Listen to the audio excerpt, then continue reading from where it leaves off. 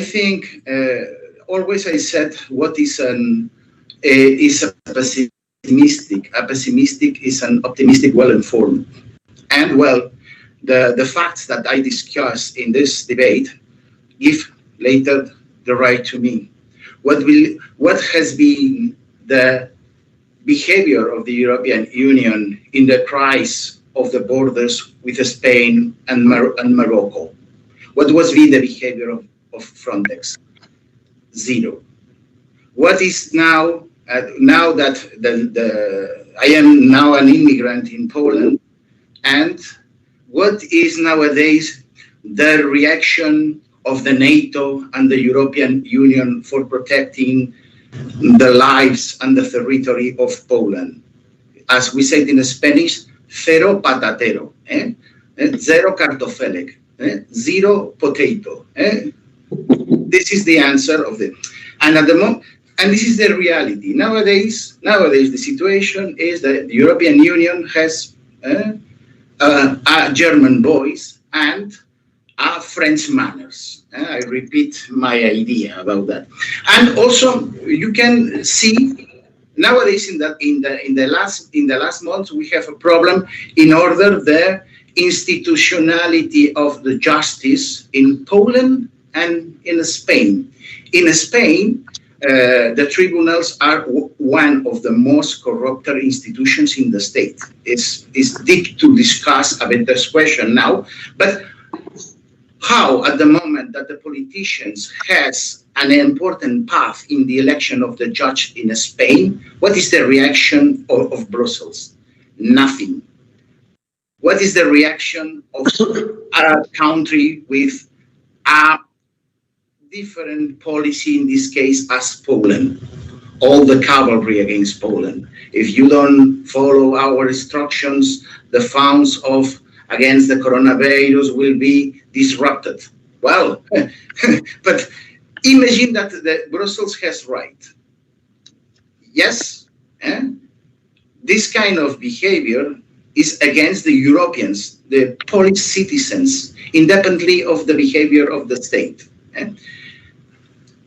All this landscape, as I describe, is nowadays, I think, that in the idea of Robert Schuman, the strategy of the states or the people who wants this kind of values, that we can analyze. First of all, the first line of analysis is avoid inside nowadays the European institutions the construction of this super state. And the second, in my humble point of view, is to create a density of net, to develop the multilateralism. For example, I think that the ideas as the Forum of Visegrad, in the case of Poland, is a good idea. Because the goal is not the political institution thing by Schuman. The goal, the final goal, is get the idea of Europe equals Christianity, live in our countries with those values, and nowadays Brussels is the worst enemy of that. For example, in order to teach my subjects in the university every day, I read several electronic journals in Spain. The 90% of the information, practically the 100%, the 100% of the information about Poland are negative. Nowadays, the image of Poland in Europe is absolutely negative. And the 90% of the elaboration of this information is made in Brussels. You see you read the headlines and it's redaction of Brussels. And the most part of this information that is not produced in Brussels, perhaps there are Spanish journalists who are not able to understand Polish, and the information is cooked or prepare for that. This is the main problem that we have nowadays. I think that Hitler and the Panzer divisions, they did not have success in 1945. Nowadays, Germany is trying to do the same with the rest of Europe and impose ways of life that a lot of people in Europe doesn't like. In order, coming back to my point, is how avoid the construction of this super state inside the institutions.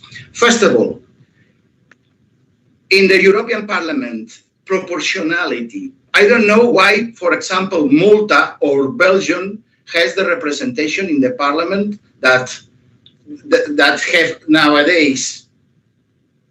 I don't know. I don't understand. If all the people in Europe, all the individuals are citizens of the European Union, the representation in the European Parliament must be directly in proportion with the population, and that's all, and no more discussion. And if the Maltese, there are less than 1 million, is the problem of the Maltese. They can develop policies in order to grow the population. But for me, it's very important. Secondly, limitate the European legislation to the points of the European legislation, no more. For example, the European Parliament has not any competence in order to judge the laws in Poland, because the principle must be clear. And also, when you see some conference or books about the European Union, this is the principle, this is the most important fact. The Polish law is European law in the territory of Poland, and the Spanish law is European law in the territory of Spain. Instead, to try to control the puppets, as Poland or Spain or Portugal, perhaps one line of that is develop, for example, the cooperation between this justice. Nowadays, it's a shame for Europe that Carles Puigdemont, this rebel, is member of the European Parliament, and Spain required to Belgium the extradition of Puigdemont, and nowadays Puigdemont is in the city of Brussels walking around. And it's not only the case of the Catalan independentists. Belgium protect terrorists of the base movement ETA, and it is not only a declaration of independence. There are killers, there are blood, and it's a shame nowadays that the capital of Europe is in Brussels. Brussels nowadays is a shelter of terrorists, like the base terrorists, or remember the attacks in Charlie Hebdo or Bataclan in Paris. What was the base of the terrorists? The city of Brussels. And this is a shame. Another question. I want to develop the question because in the last months we have two hybrid wars, one of them in Poland and one of them in the African borders of Spain. Always I said, what is nowadays the role of the NATO? Nothing. The NATO nowadays is only a band of gangsters in order to bomb Belgrade, in order to kill civilians in Afghanistan and in Iraq. That's all. That's all. At the moment that the people of Poland and the people of Ceuta and Melilla need the protection of the NATO, the result is zero. And well, one of the points that we can develop in Europe is, for example, that I propose in one of the debates, the creation of an European army, but an European army limited of the protection of the borders, the airspace and the borders, and, for example, develop a force de frappe, a common nuclear strike force, but only for the self-defense. No adventures in Libya for killing Gaddafi, no adventures in Iraq or in Afghanistan, or also in Bosnia-Herzegovina, because the result of the war was finally the first military action of the NATO, the attack and the bombing of a city like Beograd. In the principles of international law, the right to the self-defense, I think that Europe can create a common army, only, but limited only to the defense of the borders. The airspace, for example, create a net of air defense that perhaps Poland needs a reserve of troops and also a strategic force, limited only of the defense of the lands and the European waters. At the moment, for example, that the French wants to do a military adventure in Africa, or the French Americans need to bomb Libya, they can do that, but with their forces. Okay? For example, for me, is a field for developing this kind of relationship. Poland, Spain, Italy, France can do his armed forces, but we have a common army in order to be the structure of a common system of defense. Like in a building of apartments, every neighbor is the owner of his apartment, but finally we can agree a common defense of the access to this building. This is my idea, and I think it's my time. And thank you very much for. Thank you very much, Professor De La Fuente, that you just highlighted a few concrete topics. And I would like to just clarify that, we built that platform, Schuman Debate on Renewing the European Union, to stop the direction in the superstate. And we have, speakers from many countries, right? And as well, we noticed that, basically in Spain, they are the people who are in favor of a superstate, but there are many people who are against. The same is in Germany.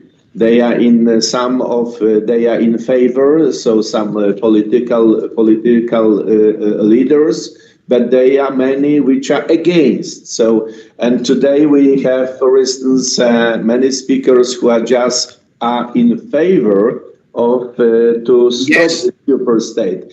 Therefore, yes, Professor. When I talk of Germany, I don't talk about the Germans. I talk about the behavior of the German government. That's all. Yeah, of course, Professor De La Fuente. This is my understanding of your speech. It's the same when I am Catholic and I'm able to listen the anti-Catholic discuss. This is a free forum, and my opinion is free. If the Germans doesn't like to listen to me, it's their problem. It's not mine. No. I want just clarify. Of course, I understood that everybody understood you properly, but everybody who will, listen in the internet, so that they know that we are not, for instance, against the citizens of the France or citizens of the Germany. We are just Belgium. Or Belgium, or Poland, or Russia, or every country we can mention in the same way. But we are against about these leaders who are just trying, in each country, who are just trying to bring us in the shoes of a superstate. So, for example, in Spain, the government of Spain has a pro-German policy. And I'm a Spanish, and I can support the critics again nowadays the behavior of the Spanish government. One thing is the Spanish government, another thing is the population of Spain. Yeah, exactly. I'm happy we just, make this as well additional explanation. And, the additional thing I would like to add that our debate is as well going to challenge, to support this actions towards creating a Schuman fraction at the European Parliament. So to that Schuman, currently we had in Warsaw some summit.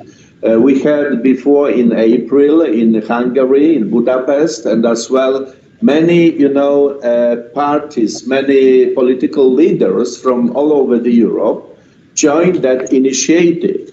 And I am very happy to see that.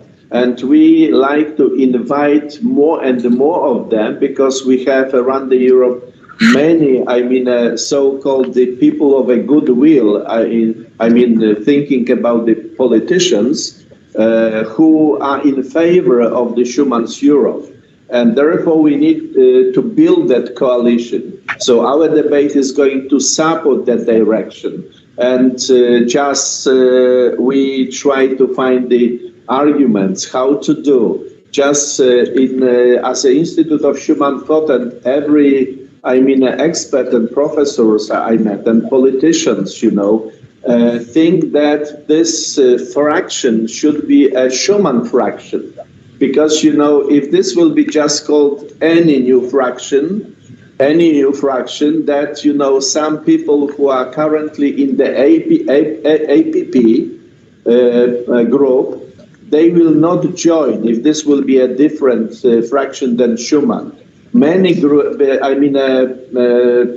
in the APP or other groups, they are in favor of the Schuman Europe. And if we, put on the table the Schuman fraction, that, many of them are going to join. Not only these guys who are in the European Conservative Reformist Party, or this, groups who are basically